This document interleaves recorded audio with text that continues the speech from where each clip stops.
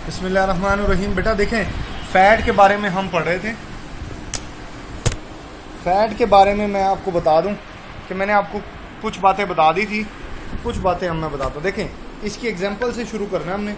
इसकी एग्जांपल में सबसे पहला जो है वो है टर्पिनाइड्स, सॉरी ट्राइग्लिसराइड। देखें, पहली एग्जांपल सी है, बट इससे पढ़ने से पहले आपने पढ़ना कि एस्टर क्या होते हैं, क्योंकि आपकी बुक में ये बात लिखी है। देखो बेटा, एस्टर क्या होता है? जब कोई एसिड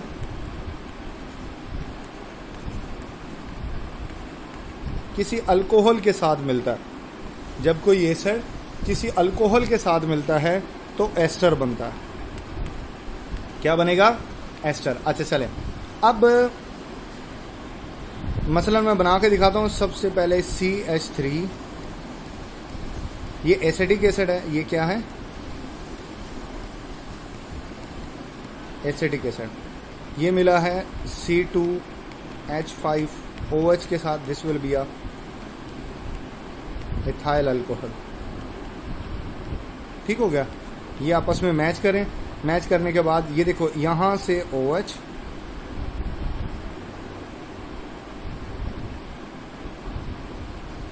ये आपस में मिलेंगे। ठीक हो गया? ये बनेगा CH3 COO C25OH। ये बन गया इथाइल एसीटेट। क्या बन गया? ये एस्टर है, प्लस बना वाटर। ठीक हो गया? इसी तरह ट्राइग्लिसराइड्स भी एस्टर होते हैं। ट्राइग्लिसराइड भी क्या होते हैं? एस्टर होते हैं, जो कि बेटा अल्कोहल और एसिड के मिलने से जो है ये बनते हैं। चले मैं बताता हूँ। अब थोड़ा सा हमने इंट्रोडक्शन जो है बेटा वो पढ़ना है फैटी एसिड के बारे में। तो मैं कुछ स्लाइडें ऐड कर लूँ ब्लैंक, फिर मैं आपको बताता हूँ।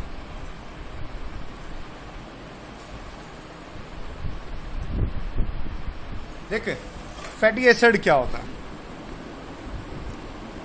फैटी एसिड क्या होता है ये थोड़ा सा हमने सीखना है।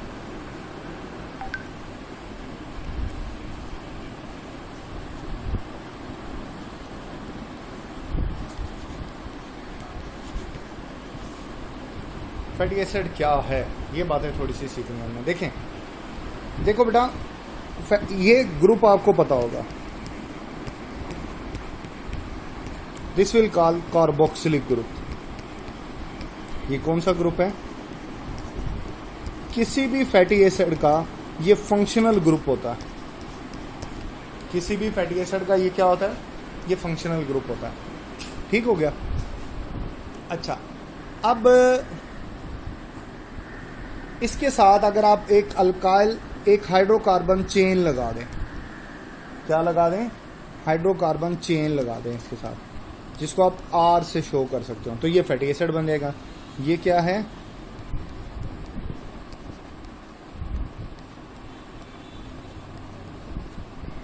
चेन बोल लें, या एक कार्बन भी लगा देंगे तो भी चलेगा। ये फैटी एसिड है, जर्नल फैटी एसिड है। मसलन फर्ज कर रहे हैं, देखिए जी, सबसे छोटा फैटी एसिड बनाता हूं। यहां पर लगा देता हूं मैं CH3। ये बन गया एसिटिक एसिड। ये सबसे छोटा है। ठीक है ना? मिनिमम फैटी एसिड में 2 कार्बन होते हैं, 2 to 30 होते हैं। 2 to 30 कार्बन होते हैं इसमें। इसी तरह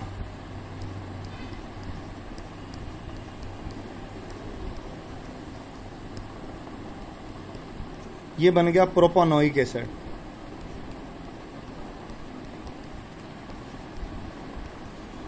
इसी तरह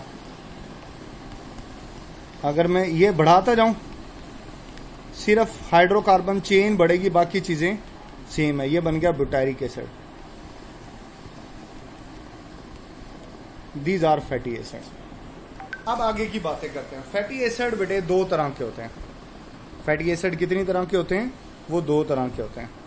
देखें, मसलन नंबर 1, फैटी एसिड जो हैं वो 2 तरह के हैं। सैचुरेटेड फैटी एसिड,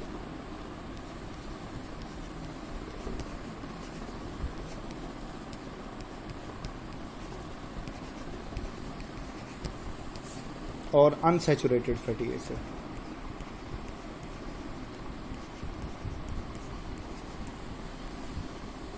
ये दो तरह के हैं, saturated fatty acid and unsaturated fatty acid. ये दो तरह के फैटी एसिड जो है वो बेसिकली हमारे यहाँ पाए जाते हैं। नंबर 1, सैचुरेटेड कौन से होते हैं बेटा? जिनमें कार्बन कार्बन के दरमियान में सिर्फ सिंगल बॉन्ड्स हो।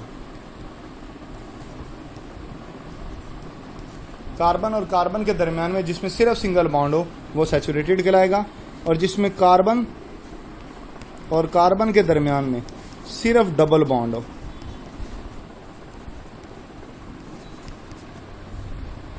वो अनसैचुरेटेड कहलाएगा। वो क्या कहलाएगा? अनसैचुरेटेड। ये बात याद रखनी है। अब ये डबल बॉन्ड 1 भी हो सकते हैं और मोर भी हो सकते हैं, एक या एक से ज्यादा, एक भी होगा तो भी है वो अनसैचुरेटेड ही कहलाएगा। अब इसकी एग्जांपल है पाल्मिटिक एसिड।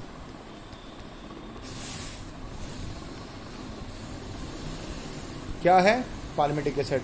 और यहां पर इसकी एग्जांपल है ओलिक एसिड। इसकी एग्जांपल क्या है बेटा? Oleic acid. ये बात आपने याद रखनी। अच्छा, अब ये जो होते हैं ना, ये सॉलिड इन नेचर होते हैं,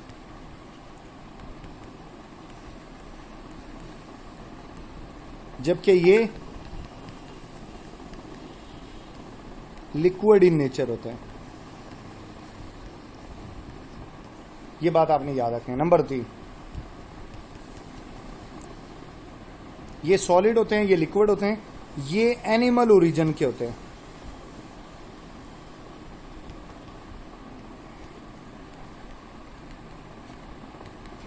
किस ओरिजिन के होते हैं? एनिमल ओरिजिन के।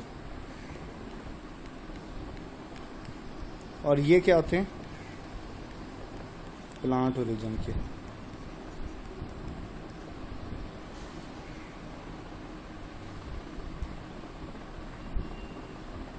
ठीक हो गया? ये बात आपने याद रखनी है। अच्छा, अब एक और तरीकेकार बताता हूं बेटा।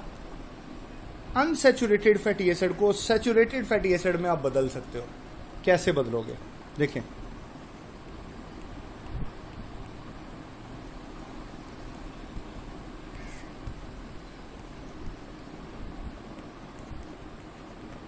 में बदल सकते हो। कैसे बदलोगे? Via hydrogenation. वाया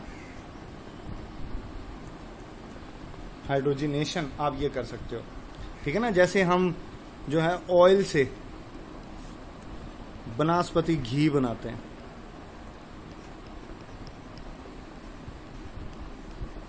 आप सिंपल हाइड्रोजिनेशन से ये काम कर सकते हैं, डबल बॉन्ड खत्म हो जाएंगे।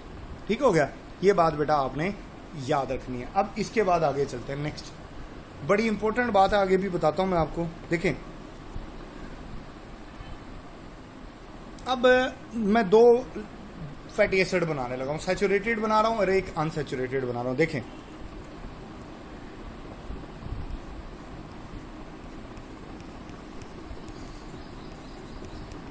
दो, 3, 4, 5, 6, 7, 8, 9, 10, 11, 12, 13, 14, 15, 16, यहाँ आएगा 3। अब देखें, नंबरिंग हमेशा स्टार्ट होगी फंक्शनल कार्बन से। हमेशा फंक्शनल कार्बन से नंबरिंग शुरू होनी है। और ये 16 कार्बन है पाल्मिटिक एसिड में, और ये एक सैचुरेटेड की एग्जांपल है। ठीक हो गया? Example of saturated. अब मैं एक एग्जांपल बनाता हूं अनसैचुरेटेड की। देखें,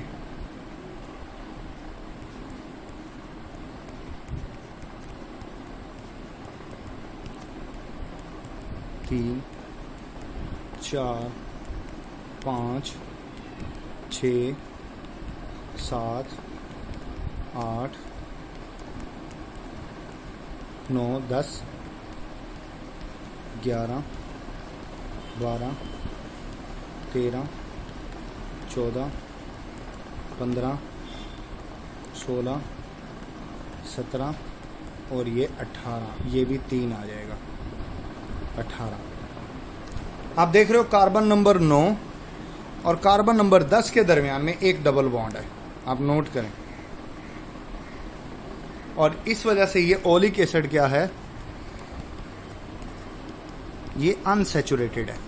ये क्या है, अनसैचुरेटेड फैटी एसिड की एग्जांपल है। नंबरिंग इसकी भी यहीं से शुरू होती है, सबकी नंबरिंग यहां से शुरू हो जाएगी।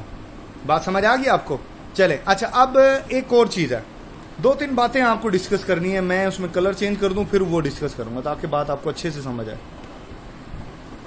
कि ग्रीन कलर देखें, वो क्या डिस्कस करना है, वो डिस्कस करनी है हमने सोलबिलिटी और मेल्टिंग पॉइंट। ये 2 बातें हमने डिस्कस करनी है, सोलबिलिटी और मेल्टिंग पॉइंट। देखें, मैंने कहा था कि ये जो फैट्स होते हैं they are soluble in organic solvents, water में ये इनसोलबल होते हैं। उसकी क्या वजह, ये बात मैंने कही थी ना आपको। देखो बेटा, उसकी वजह ये हाइड्रोकार्बन चेन है।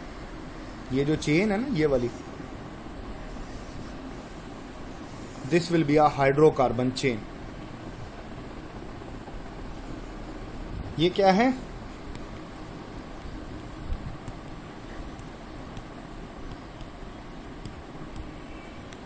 पानी में जो इनसोलबिलिटी की वजह है वो ये हाइड्रोकार्बन चेन है। ये ऑर्गेनिक नेचर है।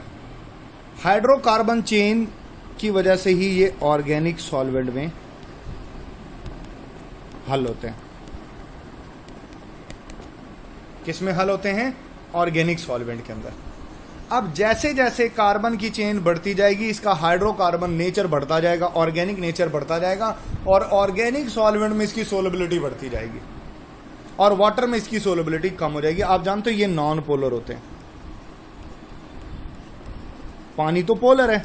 जैसे जैसे कार्बन की लेंथ बढ़ती जाएगी, इसका ऑर्गेनिक सॉल्वेंट में इसकी सोलबिलिटी इंक्रीज होती जाएगी, क्योंकि इसकी हाइड्रोकार्बन चेन बढ़ रही है, इसका नॉन पोलर नेचर बढ़ रहा है। जैसे जैसे कार्बन बढ़ाते जाओगे, नॉन पोलर नेचर बढ़ता जाएगा, नॉन पोलर चेन बढ़ता जाएगा, तो नॉन पोलर सॉल्वेंट में इसकी सोलबिलिटी इंक्रीज होती जाएगी। ये बात याद रखनी है, ठीक है?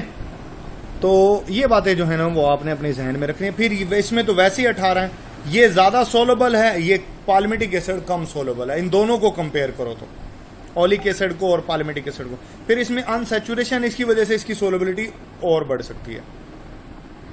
ठीक हो गया? अच्छा खैर, फिर आ जाते हैं मेल्टिंग पॉइंट के ऊपर।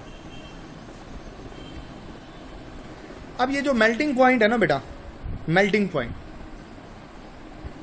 इसमें इसकी अगर हम बात करें ना मेल्टिंग पॉइंट की, तो बेटा मेल्टिंग पॉइंट भी इसी के ऊपर डिपेंड कर रहा है कि जो कार्बन लेंथ कम होगी उसका मेल्टिंग पॉइंट भी कम होगा, मतलब कम टेम्परेचर पे वो मेल्ट हो जाएगा।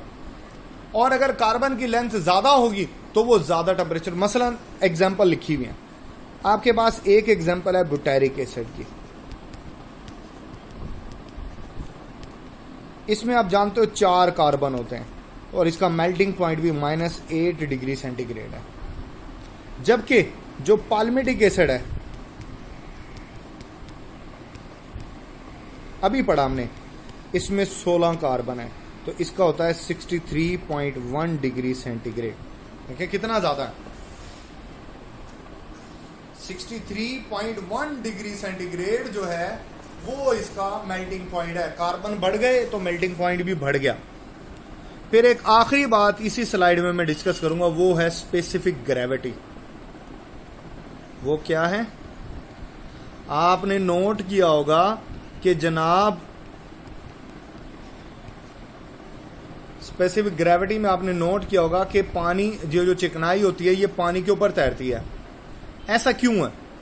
ऐसा इस वजह से है बेटा कि ये लाइट होती है, इसकी स्पेसिफिक ग्रेविटी कम होती है पानी से, वो होती है 0.8, जबकि वाटर की स्पेसिफिक ग्रेविटी जो है वो 1 होती है, पूरी 1, वो 1 है।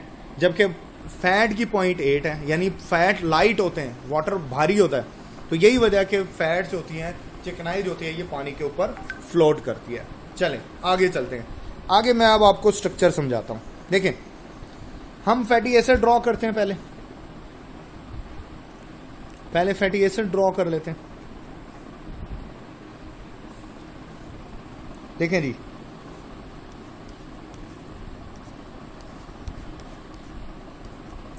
Fatty acid number 1, fatty acid number 2,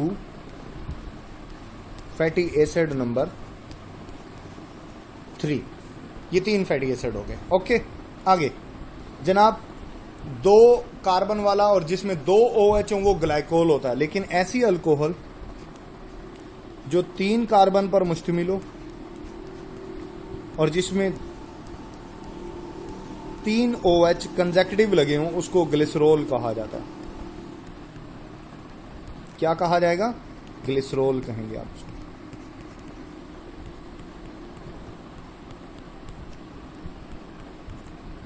ठीक हो गया। अच्छा, अब ये आपस में कमांड। अब यहां ना एक क्वेश्चन, कॉमन आस्किंग क्वेश्चन है, वो पता क्या है? वो ये है कि सर बॉन्ड बनेगा इनमें, अब ग्लिसरॉल अपना OH देगा या कार्बोक्सिलिक एसिड अपना OH देगा? H कौन देगा और OH कौन देगा, इस पे बड़ी बहस है। देखो बेटा, बायो में अगर ये किताबें देखो ना तो किसी किताब में आपको लगेगा कि जनाब कार्बोक्सिलिक एसिड OH दे रहा है और किसी किताब में आपको दिखेगा कि जनाब जो है ग्लिसरॉल OH दे रहा है। लेकिन हम इसको थोड़ा सा टेक्निकल लेते हैं। टेक्निकल यूं लेते हैं कि जो एसिड होता है ना वो अपना प्रोटॉन देता होता है। एसिड के पास प्रोटॉन होते हैं और अल्कोहल के पास OH ग्रुप होते हैं, जिसकी वजह से उसकी अल्कोहल नेचर होता है। तो हम इनसे यही कुछ लेते हैं। देखें जनाब, हम इससे लेंगे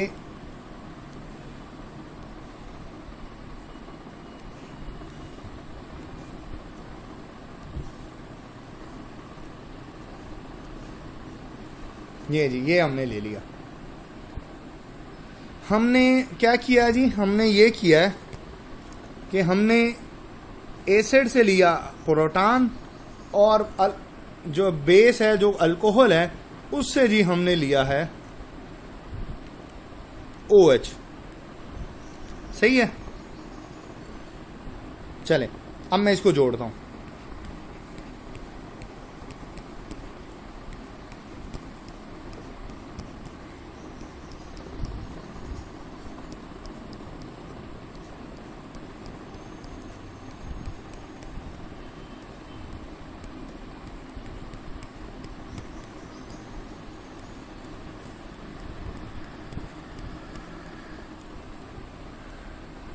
ठीक हो गया। ये जो बॉन्ड बना ना, ये bond, this bond is called ester bond. This bond is called ester bond और 3 वाटर के मॉलिक्यूल यहां पर रिलीज हो जाएंगे। ठीक हो गया। मेरा ख्याल है मेरी बात समझ आई आपको। अच्छा, अब इसको आप ट्राइग्लिसराइड बोलते हो क्योंकि इसमें 3 फैटी एसिड और 1 ग्लिसरॉल मिली है। इसके साथ साथ ना बेटा इसको न्यूट्रल लिपिड भी कहा जाता है। क्या बोलते हैं इसको? Neutral lipid. अब न्यूट्रल लिपिड क्यों बोलते हैं? Why it is called neutral lipid? देखो बेटा इसकी लॉजिक बताता हूं। इसको न्यूट्रल लिपिड क्यों बोलते हैं? इसको न्यूट्रल लिपिड इस वजह से बोलते हैं क्योंकि इसके दौरान, बनने के दौरान जितने एसिड हुए उनके सारे प्रोटॉन इस्तेमाल हो गए और जितने अल्कोहल इस्तेमाल हुए उनके सारे OH इस्तेमाल हो गए। पीछे बचे कुछ ही नहीं, तो ओवरऑल मॉलिक्यूल हो जाता है न्यूट्रल। के सारे एसिड के सारे प्रोटॉन यूज हो गए, बेस के सारे OH इस्तेमाल हो गए। तो इस वजह से अब ये ओवरऑल मॉलिक्यूल क्या बन चुका है? न्यूट्रल बन चुका है। तो इसलिए इसको नाम दिया जाता है न्यूट्रल लिपिड का। इसको क्या बोलेंगे? न्यूट्रल लिपिड जो है वो इसको कहा जाता है। मेरा ख्याल है मेरी बातें समझ आ गई हैं। चले, यहां पे हमारा ये वाला टॉपिक मुकम्मल हो गया है। इसके बाद हम आगे मूव करेंगे, लेकिन उससे पहले मैं देखता हूं आपका कोई सवाल है तो वो मैं सवाल ले लेता हूं।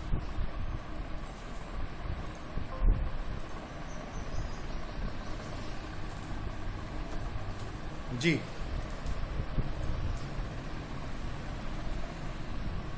Sir ji, monosaccharide 3 to 7 carbon atom होते हैं, जबकि उसके फार्मूले में whole number from 3 to many thousand था, तो how the number of carbon remain 3 to 7। देखो बेटा, मोनोसैकेराइड जो नेचर में एग्जिस्ट करते हैं ना, नेचर में एग्जिस्ट करते हैं, वो 3 से 7 कार्बन वाले ही हैं।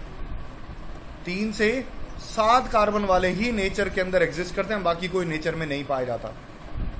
ऑलमोस्ट आ गए, ओके।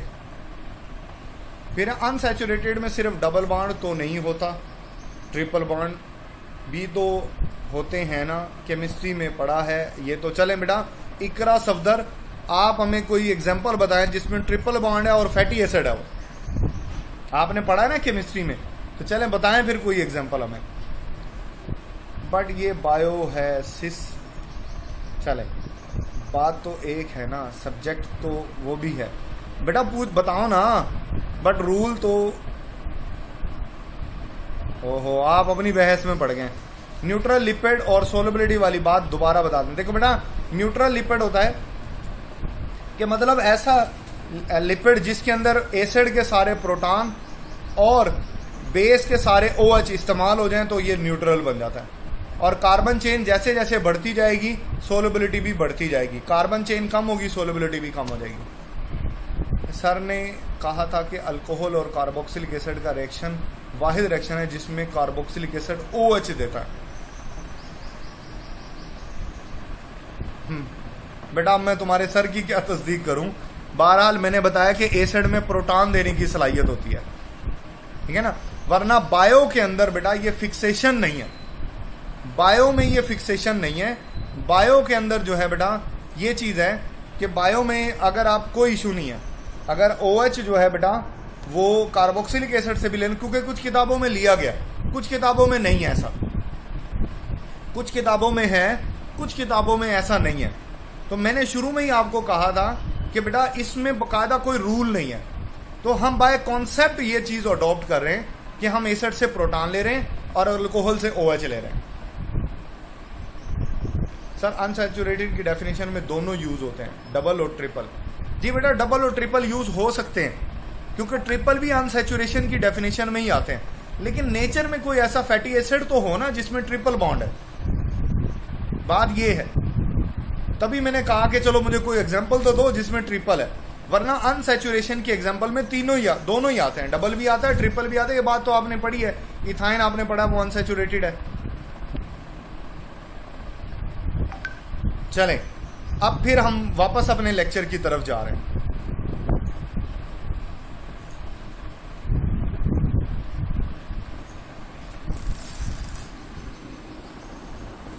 जी, अब अगला जो पार्ट हमने करना बेटा वो है वैक्स।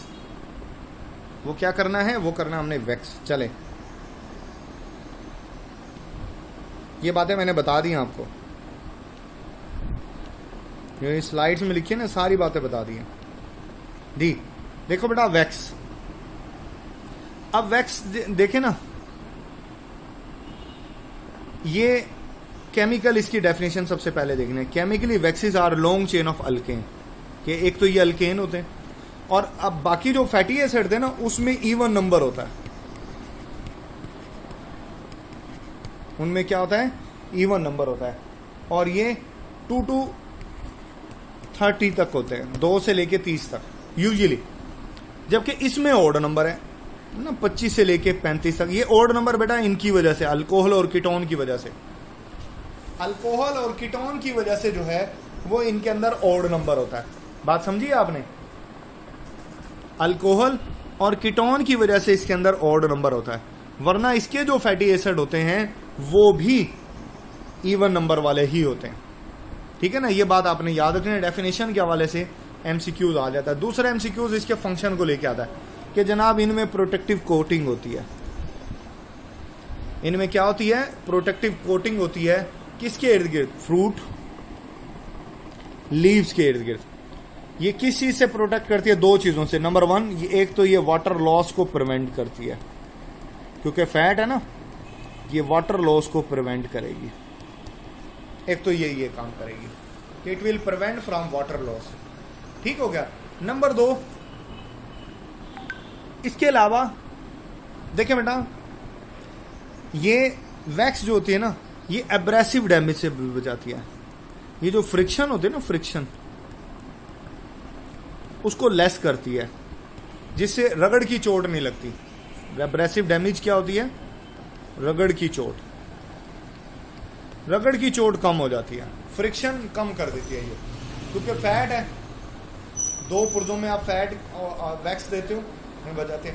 हम वैक्स बीज वगैरह भी पैदा करती हैं, ठीक है ना, वैक्स शीप भी पैदा करती है, वो यूज होती है। हमारा कान में भी वैक्स होता है ताकि कोई इंसेक्ट, कोई डस्ट वगैरह जो है वो अंदर ना जाए, तो हमारा कान भी वैक्स पैदा करता है। ये बेटा इसके यूजेस हैं, इसके इस्तेमालात हैं।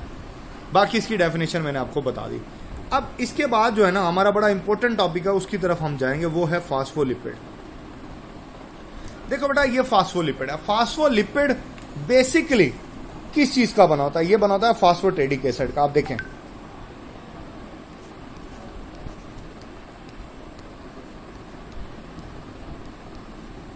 फास्फोटेडिक एसिड का बना होता है, प्लस इसमें नाइट्रोजिनस बेस होती है।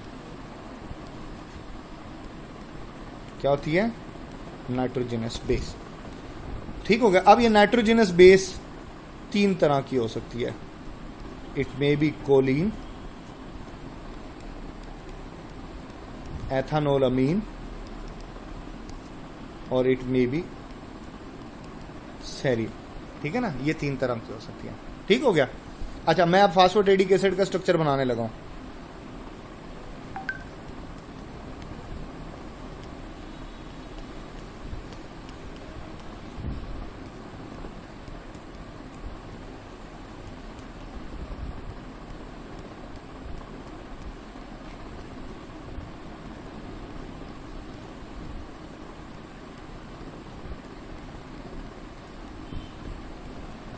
This is phosphatidic acid. ये क्या है? ये फास्फोटेडिक एसिड है पूरा। अच्छा, अब मैं बनाता हूं नाइट्रोजनस बेस में। आपकी बुक में लिखी हुई है कोलिन, तो मैं भी यही बनाऊंगा।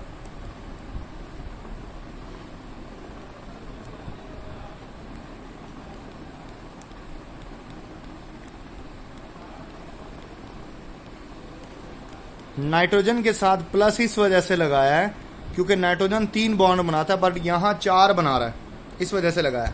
अब देखें,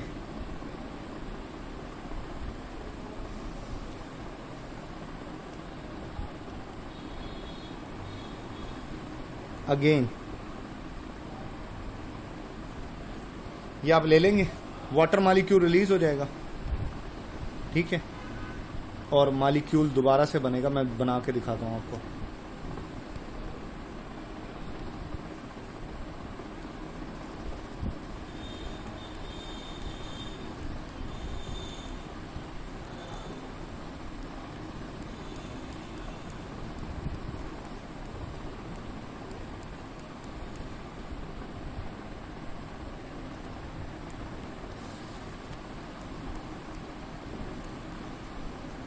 की मिस्टेक होगी, ठहरे।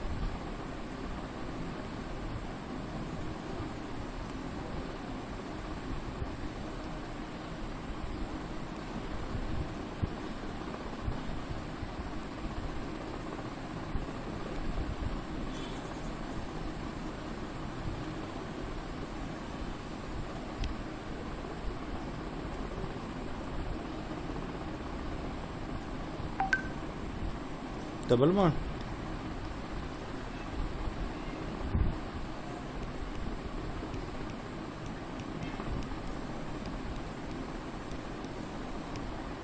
आप इसको इकट्ठा करके भी लिख सकते हैं। ठीक हो गया। यहाँ नीचे आ जाएगा OH। ये फास्फेट पता नहीं, ये पसंद नहीं कर रहा, इसलिए सही से नहीं डाला। चले, अच्छा, ये बन गया बेटा। इसको आप नाम देते हो फास्फोटेडिल कोलिन का।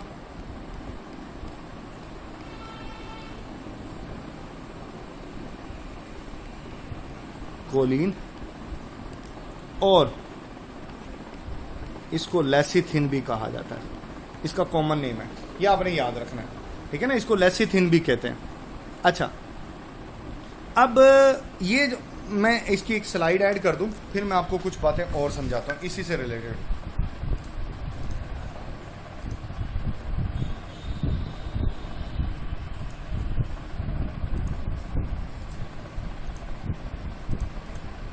देखें, आप अगर इसका स्ट्रक्चर बनाते हैं ना, तो आप इसका जब स्ट्रक्चर बनाते हैं ना, तो आप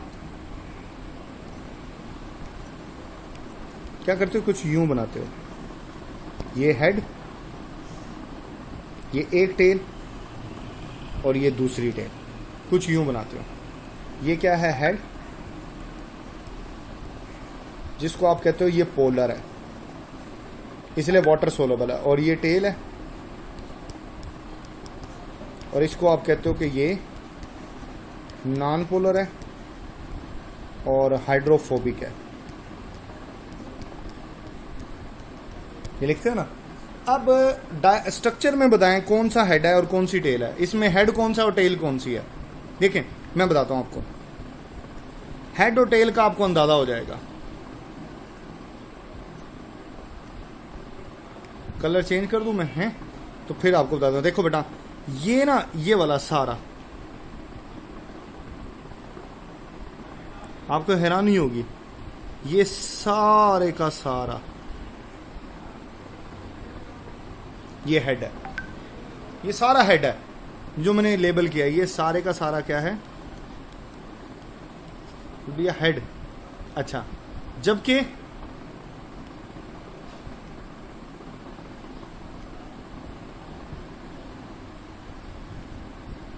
ये वाला जो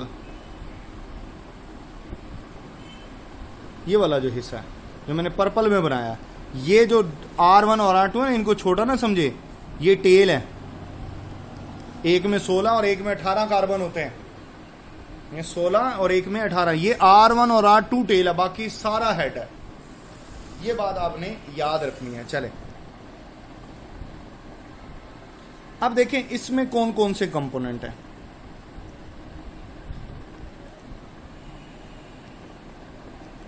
इसके अंदर है नंबर 1, इसमें 2 फैटी एसिड हैं। आपने 2 फैटी एसिड थे इसमें R1 R2 के हिसाब से ना। इसमें 1 अदद ग्लिसरॉल है,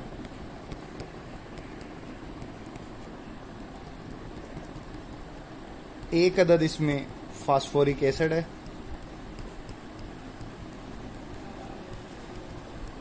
जिसको आप लिखते हो H3PO4। ये आपके पास, अगर आप इसको खोल कर लिखें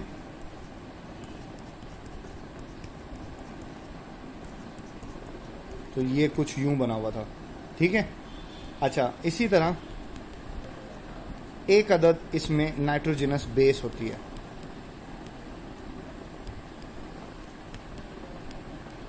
ये 4 चीजें हैं फास्फोलिपिड के अंदर, ठीक है ना। उनकी तादाद भी मैंने लिख दी MCQs के लिए। अब उसकी लोकेशन यहां पर होती है ग्लिसरॉल, ये वाली जो जगह है ना, ये ग्लिसरॉल है। ये वाली जगह पर होती है नाइट्रोजनस बेस, दरमियान में होता है फास्फोरिक एसिड।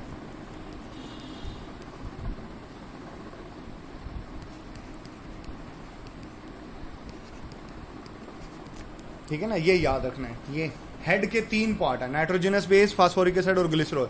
नीचे ये सारी टेल है। ये बातें जो है ना बेटा याद रखें। अब जहन में ये सवाल आता है, भाई ये टेढ़ी क्यों है, ये क्या है, ये क्या वजह है कि इसकी एक टांग टेढ़ी क्यों है। उसकी वजह बताता हूं। इसकी टांग टेढ़ी है यहां पर पाए जाने वाली अनसैचुरेशन की वजह से। यहां पर मौजूद है पाई बॉन्ड। एक हो तो सिग्मा होता है ना, दूसरा आ जाए तो पाई होता है। पाई बॉन्ड है यहां पे। पाई बॉन्ड की वजह से आप जानते हो कि पाई बॉन्ड के जो इलेक्ट्रॉन होते हैं ना, वो लेस स्टेबल होते हैं। पाई बॉन्ड के जो इलेक्ट्रॉन होते हैं वो डिस्टॉर्टेड होते हैं, डीलोकलाइज्ड होते हैं। डीलोकलाइजेशन की वजह से, स्टेबिलिटी के कम हो जाने की वजह से यहां पर बेंडिंग आ जाती है, और ये टेल जो है ना बेटा, ये बेंड कर जाती है। बात समझ आई आपको? चले, मेरा ख्याल है मेरी बात आपको समझ आ गई होगी। चले, अब ये चीज जो है ना बेटा, ये पाई जाती है फास्फोलिपिड। ये देखें ना, फास्फोलिपिड जो है ना, ये आपकी सेल मेम्ब्रेन का बेसिक पार्ट है। किसका पार्ट है? सेल मेम्ब्रेन का ये बेसिक पार्ट है भाई। सेल मेम्ब्रेन के अंदर जो है ये पाया जाता है।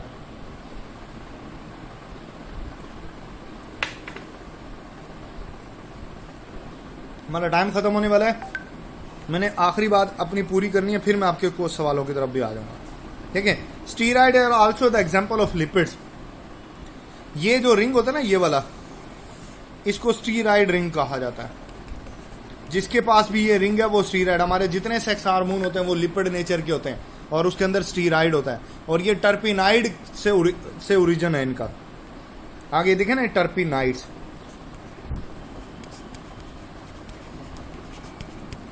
टर्पिनाइड्स, ये बेटा ये आपको दिखाई दे रहा आइसोपेरीन यूनिट। ये 5 कार्बन वाला एक यूनिट होता है, 5 कार्बन पर मुश्तमिल होता है। अच्छा, टर्पिनाइड को ट्रू पॉलीमर कहा जाता है। बाकी लिपिड तो ट्रू पॉलीमर नहीं होते, बट टर्पिनाइड एक ट्रू पॉलीमर है। क्यों? क्योंकि इसमें सारे आइसोपेरिनाइड यूनिट होते हैं। मतलब ये आइसोपेरिनाइड यूनिट आपस में लिंक होते और ये टर्पिनाइड बना लेते हैं। इसमें 2 वाला चक्कर ही नहीं है कि फैटी, ये इसमें कोई फैटी एसिड नहीं होता। फैटी एसिड और ग्लिसरॉल नाम की कोई चीज इसमें नहीं होती, ये दोनों इसमें एब्सेंट है। मतलब ये देखें, एक ऐसा फैट भी है नेचर में जिसमें फैटी एसिड ही नहीं है और वो ट्रू पॉलीमर भी है। This will be a terpenoid. ठीक है ना, नेचर में एग्जिस्ट कर रहा है ये। अब इसकी एग्जांपल्स भी मैं आपको बता देता हूं, बुक में लिखी हुई है। नंबर 1 टर्पेंटीन ऑयल, इसका स्ट्रक्चर नहीं है बुक में। कैरोटीनाइड्स, ये आई को प्रोटेक्ट करते हैं, ये एसेसरी पिगमेंट है कैरोटीनाइड। इसी तरह जो है एक एग्जांपल लिखी हुई है रबड़। ये जो है बेटा ये आ जाता है टर्पिनाइड के अंदर। यहां पर हमारा टॉपिक हो गया मुकम्मल। आपका कोई सवाल है तो आप मुझसे पूछ लें।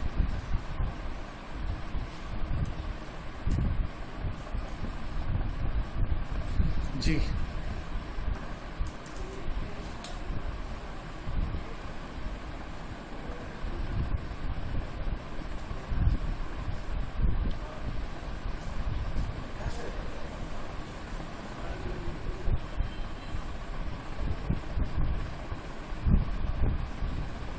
लगता है आपका कोई सवाल नहीं है, आपको सब कुछ क्लियर हो गया। Sir please repeat the point, odd number of carbon atom in case of wax. देखो बेटा, वैक्स में 25 से लेके 35 तक कार्बन होते हैं।